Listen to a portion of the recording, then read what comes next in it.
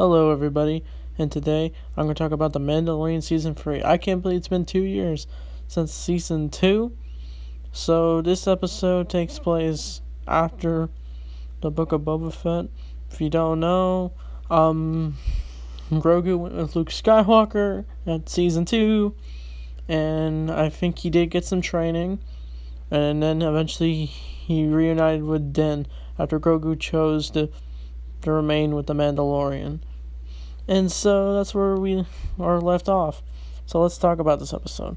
So it opens with on this sort of desert-looking planet or this water planet, and it opens with the Mandalorians initiating this one kid.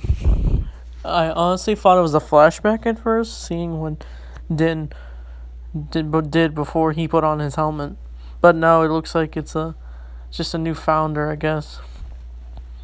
But the ceremony is interrupted by a giant, this crocodile-looking dragon, and I think they do try to fight it, but then they just can't take it down, and then even the armor is struggling as well. She's returned as well in this episode, but then Din swoops in his Naboo starfighter and takes down the thing. And even the new kid has an old Mando helmet for sure. But basically, I think Din has a talk with the armor, and she basically tells him that the only way he can be considered a Mandalorian is if he bathes in the pool from Mandalore, but it got destroyed by the Empire. And I guess Din has to go on a quest to look deep into it. And they do find like this crystal thing that confirms that there's still this pool that has to go to consider joining their tribe or removing his helmet. And so I think this shows that Din's still willing to be part of the Mandalorian creed. That's where his journey is left off in. Like, the first is trying to find out who Grogu was, and then the second is trying to find who belongs to him, and now it's back to Din, like focusing on him.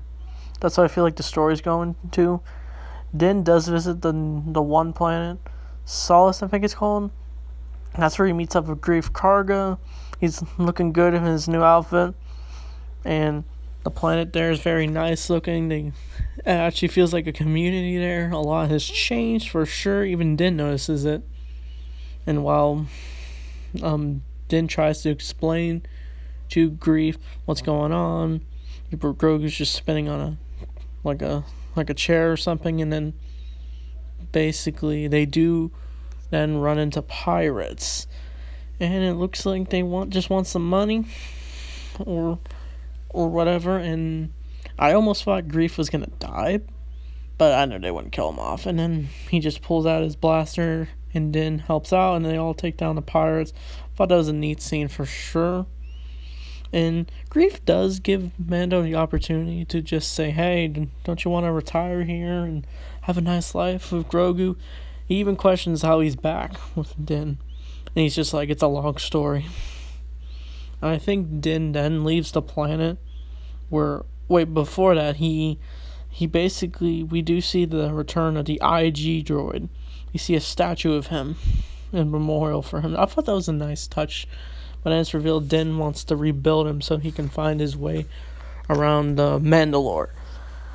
And so they try to rebuild him, it doesn't go well, and then Din has to find this part to finish the droid. But then he decides to go to this one planet where Bo-Katan is on, and she's looking kind of bored there. I think she's trying to find who she really wants to be, maybe. Who knows? She's definitely going to be later in this season, for sure. And she even wonders if he has the Darksaber, and he's just like, yes. And I think the episode does end simply. Like, this episode, I liked it, but it wasn't as good as, like, The Marshal or the first episode of The Mandalorian. I was kind of confused by what Din was trying to do in this episode. Like, why does he want to remain with his cult-like Mandalorians, where they kind of are alienating towards other people because of their strict rules. But, well, I guess we'll have to figure it out for the next few episodes. But this was a decent start. I definitely look forward for the rest of this season, see how the story goes. So I'll probably get this episode like a 7.5 out of 10 for sure. So with that said, thanks for watching, and may the force be with you always.